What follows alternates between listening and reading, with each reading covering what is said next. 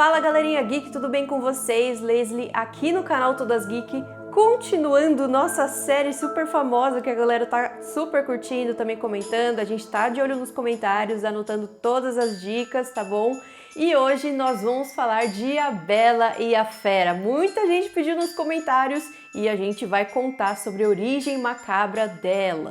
Então eu vou chamar meu convidado Felipe Barbosa. Felipe, tudo bem com você? Tudo bem, sim, é sempre um prazer estar aqui no canal. Também estou adorando essa nossa série da origem macabra dos contos de fadas. Gostaria de lembrar que muito do que a gente vai falar aqui está contido no livro O Lado Sombrio dos Contos de Fadas, da Karen Hook, e claro, nas nossas pesquisas também. E para falarmos da história de A Bela e a Fera, a gente vai dar aquele contexto histórico para vocês entenderem como que surgiram aí na sociedade europeia os símbolos e conceitos que dariam origem a esse conto. E pra gente falar de A Bela e a Fera também, hoje a gente vai fazer um paralelo aí super legal. Eu, quando tava fazendo o roteiro, eu não sei o Felipe como que é a parte dele, mas eu ficava chocada cada vez que eu acrescentava alguma história. E a gente vai fazer uma ligação aqui com serial killers, mas o que serial killers tem a ver com a história da Bela e a Fera? Então a gente tem muita coisa por trás disso, a gente vai comentar aqui no nosso vídeo hoje. Então aproveita, dá o seu like para nos ajudar, se inscreve nos nossos canais. O Felipe tem muito vídeo no canal dele, eu também tenho bastante vídeo aqui. E comente sua sugestão, comente o que você quer ver e comente também sobre essa origem do conto macabro. Roda a vinheta!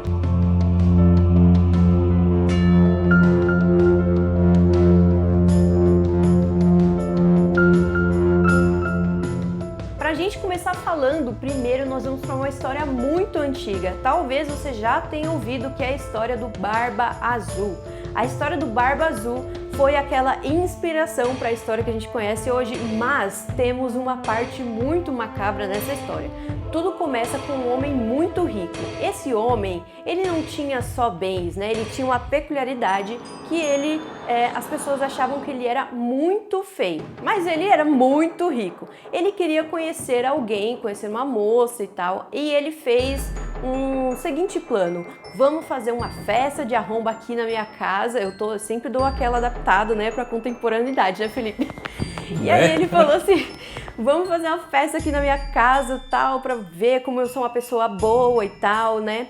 E aí os vizinhos, chamou todo mundo, e a galera foi lá na baladinha, né, saudades, e ele começa a mostrar tudo que tem lá. Até que uma das pessoas que foram convidadas, né, uma das meninas, sempre, geralmente a caçula, eu acho que a figura do caçula, Felipe, é uma figura muito importante dentro dos contos de fadas. Porque tem, né, a história dos irmãos, a gente já falou sobre irmãos, mas tem o mais velho, o do meio e o caçula. O caçula sempre mais inocente, tá? O último a casar. E aqui, a menina caçula, ela se interessa por aquele homem, ela pensa, por que não, né? O cara é rico e tal. Dei uma contextualizada aqui. E aí, por que Barba Azul? Porque ele tinha uma barba, né? Ele tinha muitos pelos e todo mundo chamava ele de Barba Azul. Nisso aconteceu o quê? O casamento. Nesse casamento, depois ela começa a viver a vida com ele e tal. E aí, um dia ele resolve sair. E ele, quando sai, ele fala pra menina que ele vai sair, mas deixa a casa toda pra ela, ó. Toma aqui a chave de tudo, você pode fazer a festa que você quiser, só que tem uma coisa muito importante, você não pode entrar no quarto que tem a chave menor, a menor chave de todas, você não pode fazer isso. É tipo, a gente vai comentar também Adão e Eva, lembra? Aquela curiosidade e tal. E aí, beleza, eu tenho a casa toda, mas a curiosidade ficou naquela única chave pequena. E o que ela faz? Ela vai e abre. Quando ela entra, tudo ensanguentado e várias mulheres esquartejadas. Ai, que medo! Imagina, você descobre que casou com um cara louco. Exatamente. E é importante lembrar aqui que não eram só mulheres quaisquer lá no guarda-roupa. Eram as ex-mulheres dele, ou seja, o cara era um maníaco que casava com as mulheres, matava elas e depois guardava dentro do guarda-roupa, né? Exato, nós chamamos isso de uma pessoa serial killer, né? Porque tem as características específicas, fazia a mesma coisa com os corpos. E aí, cara, como que isso vai se finalizar? Estamos falando de um conto de fadas, na verdade isso tá bem longe de ser um conto de fadas, ela é salva pelos irmãos, né? Mas ela implora tanto pra ele, pra que, tipo, ela não vai contar, porque depois que ele descobre, quando ela devolve a chave pra ele, que a chave está com sangue, e é um sangue permanente, então não tem como sair aquele sangue, né? Aquela chave diz o que aconteceu, né? O que ela fez, e aí ele fala, agora que você descobriu, você vai ter que morrer. Mas ela é salva pelos irmãos e conseguiu aí fazer com que, inclusive, ela teve um final feliz, porque o Barba Azul morreu e aí ela ficou com toda a herança. As ocorrências são tantas, pesquisadores queriam descobrir quem foi a inspiração para essa tal história, né?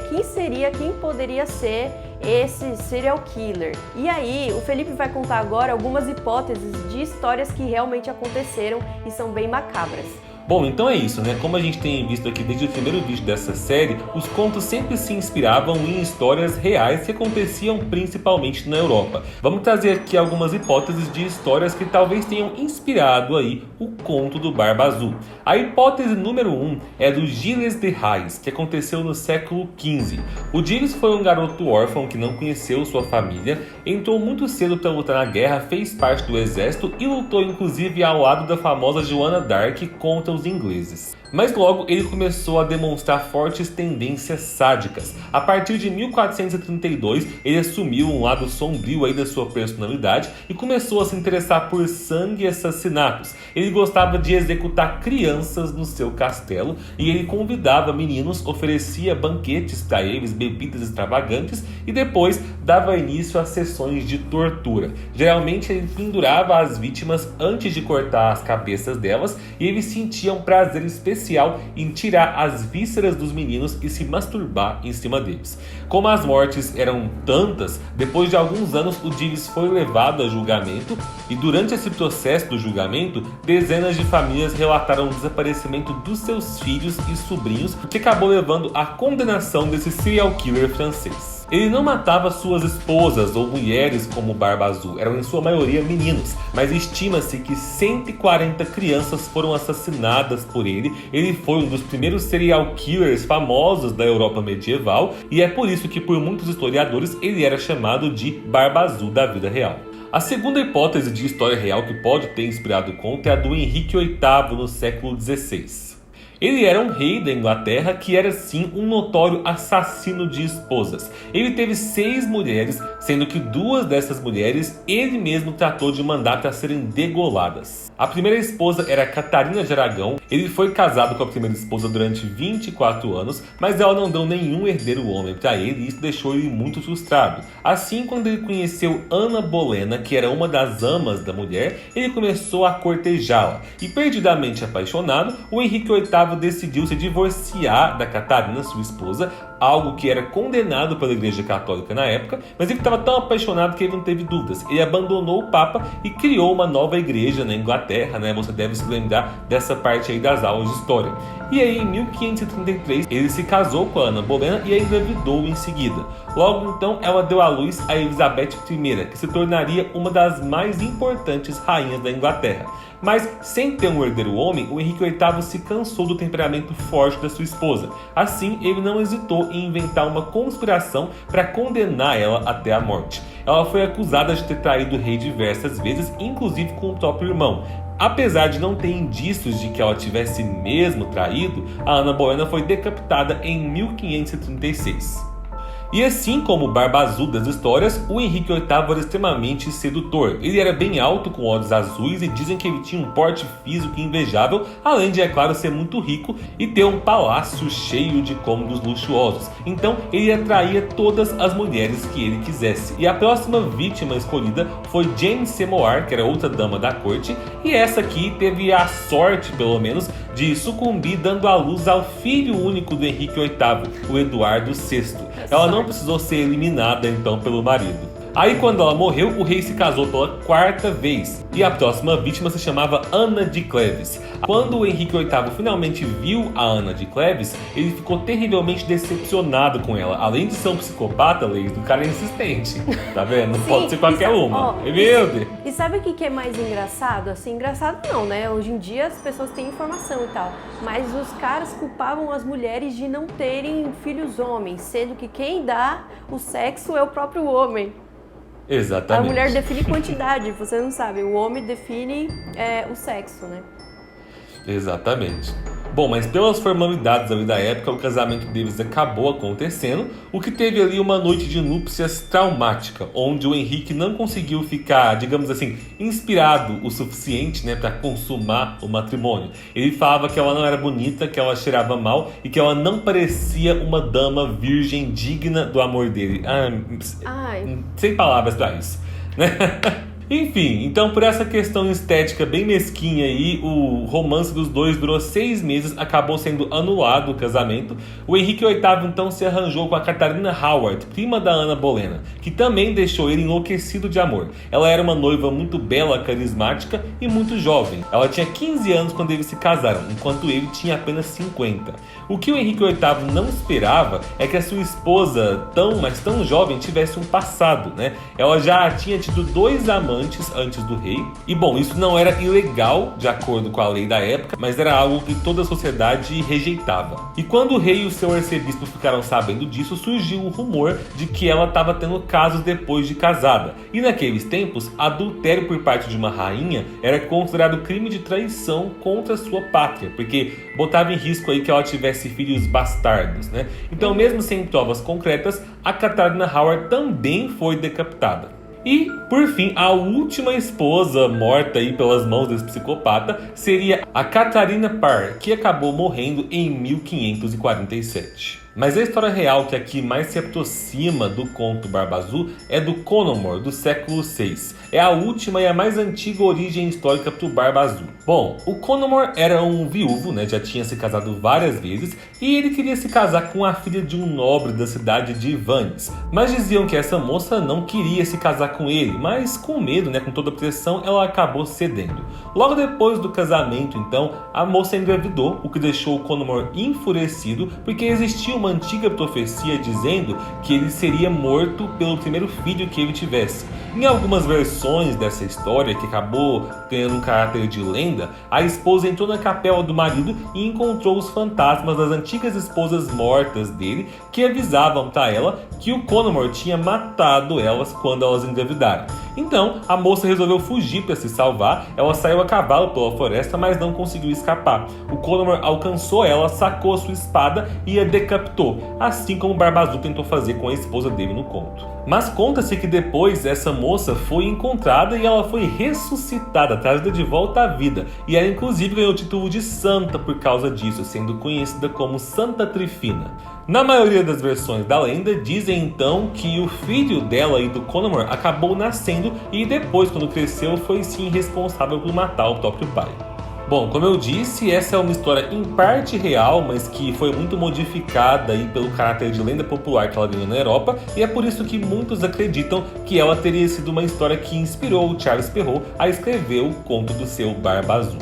E o Charles Perrault, como o Felipe falou, ele fez a sua versão do Barba Azul, mas ele teve uma coisa diferente, porque ele teve uma moral diferente que ele colocou no seu conto. Ao invés dele dar ênfase, né, no cara que é super monstruoso e serial killer, ele deu ênfase para a mulher que é curiosa. Tipo, curiosidade matou o gato, sabe? Aquelas frasezinhas de efeito. Então, depois do seu conto, até que foi justificável o que o Charles Perrault fez, mas eu particularmente já fico com um pé atrás, né? Porque o cara deixou mais uma vez a mulher como sendo parte do problema. Lê, eu queria te fazer uma pergunta. Lembre-se dos últimos vídeos que a gente fez, né? Lá em Chapeuzinho Vermelho, se a mulher atraísse o lobo, né, ela era culpada, porque atraiu o lobo.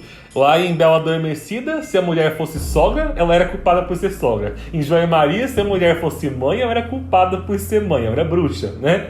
A mulher podia ser o quê, então? Então, o que a O mulher que sobrou? é culpada? Cara, Nem curiosa, olha, coitada pode ser. e eu vou Tem um guarda-roupa trancado com uma chave. Você quem que não ia abrir esse guarda-roupa? É lógico, gente. A gente é doido por uma fofoca, né, Felipe? A gente quer saber da vida dos outros. E qual o problema? A fofoca não é pecado, tá? Pecado é matar as pessoas, né? Exatamente. E, cara, olha, a história do Barba Azul do Perrault tem muito a ver com o contexto, porque antigamente os amigos, né, do cara falavam, não conta nada pra sua esposa, porque as esposas eram taxadas como fofoqueiras, que não sei o quê. E eu vou ler aqui pra vocês a moral do Perrault. A curiosidade, apesar do seu apelo, muitas vezes leva ao profundo arrependimento.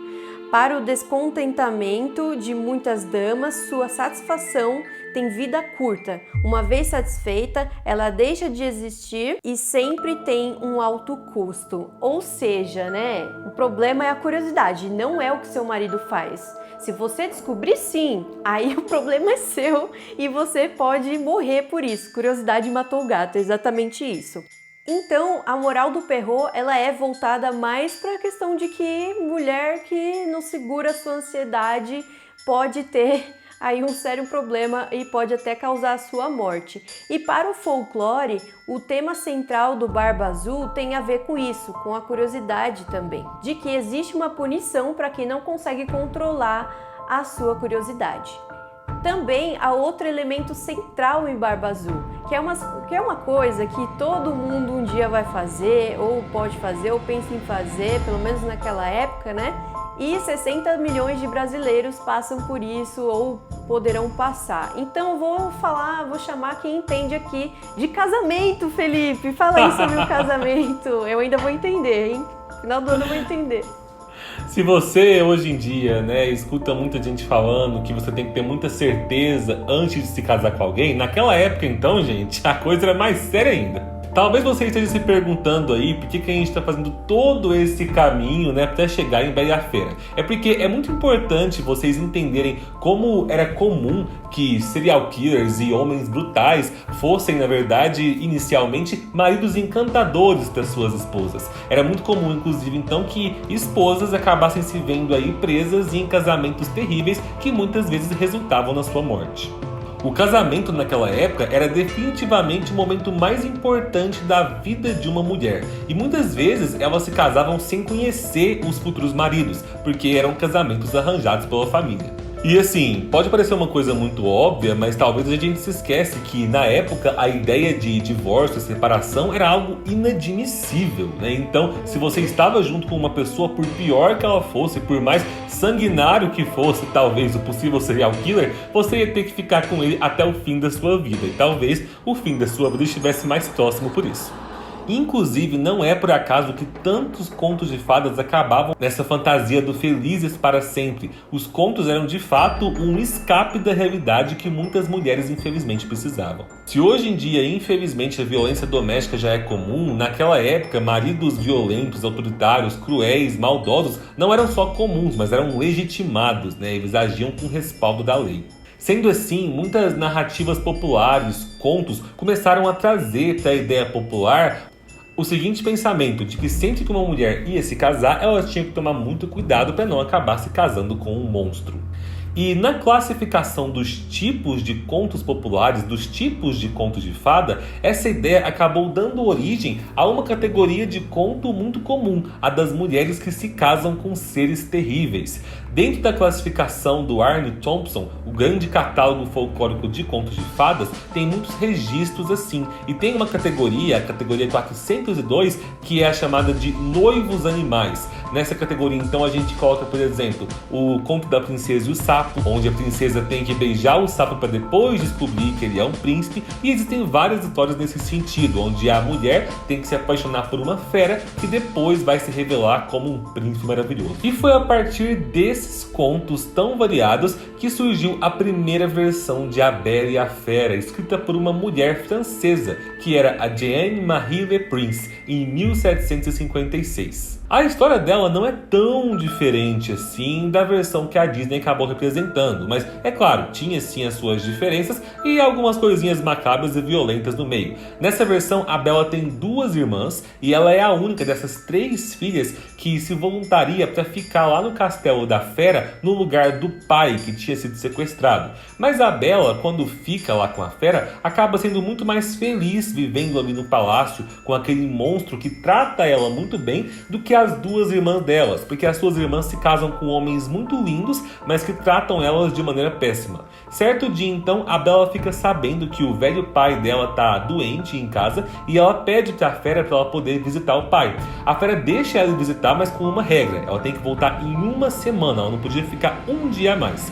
As irmãs que estavam invejosas de ver o tanto que a Bella estava feliz, elas tentam de tudo para que a irmã fique lá na casa do pai por bem mais que uma semana, na esperança de que a fera ficasse raivosa e devorasse a Bella. A Bella acaba ficando mais tempo então, mas no 10º dia que ela está na casa do pai, ela sonha com a fera, ela sonha que ele está no leito de morte, de tanta saudade que ele está sentindo. Aí ela volta correndo pro palácio e encontra um monstro quase à beira da morte. Aí a Bella começa a chorar bem arrependida e ela fala pra ele que ama ele de verdade, que ela vai se casar com ele, e assim no momento em que eles se abraçam, ele se transforma num príncipe, né? Ele tá recuperado da maldição e fala pra ela que foi uma fada que transformou ele naquele monstro e que ele só poderia voltar à forma humana se encontrasse alguém que topasse se casar com ele. A Bella fica feliz da vida então, os dois se casam e as irmãs, gente, têm um destino muito cruel. A Bella e o príncipe dão um jeito de transformar as 2 irmãs em estátuas e colocam as 2 estátuas na frente do palácio. E assim as irmãs são condenadas a ficarem congeladas ali na frente do palácio,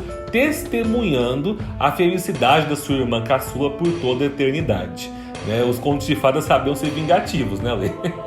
Nossa, e essas irmãs então?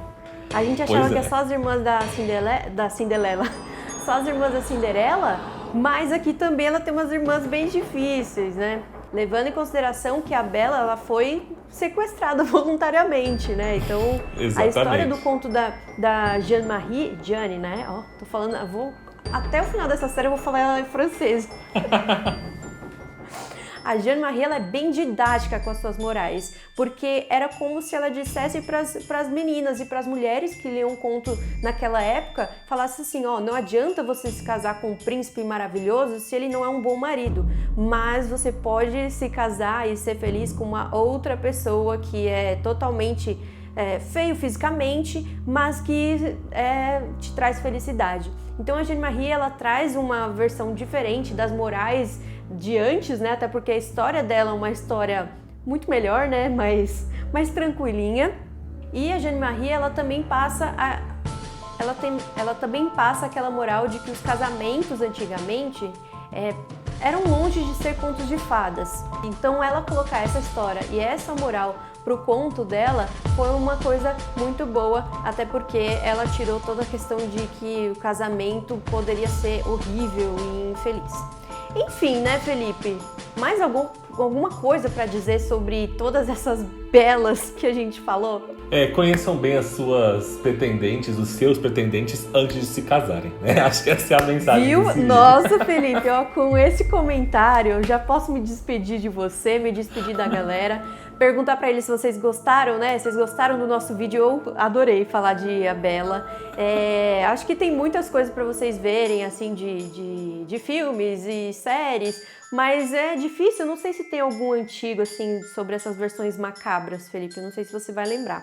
Mas quem lembrar, comenta aí, que eu sei que uma galera gosta dessas coisas e se tiver algum filme antigo aí. Eu sei que muita gente tem indicado Caminhos da Floresta nos meus vídeos. Quem sabe a gente faz um vídeo depois, né, sobre Caminhos da Floresta. Sim, pra quem às vezes busca versões de releitura, tem um filme que assim, eu não gosto tanto, talvez porque ele é meio adolescente, mas muita gente gosta dele, que é aquele A Fera, que eu acho que é com a Vanessa Hudgens, inclusive. Sim, que é uma releitura bem atual. Tocou no meu coração, hein?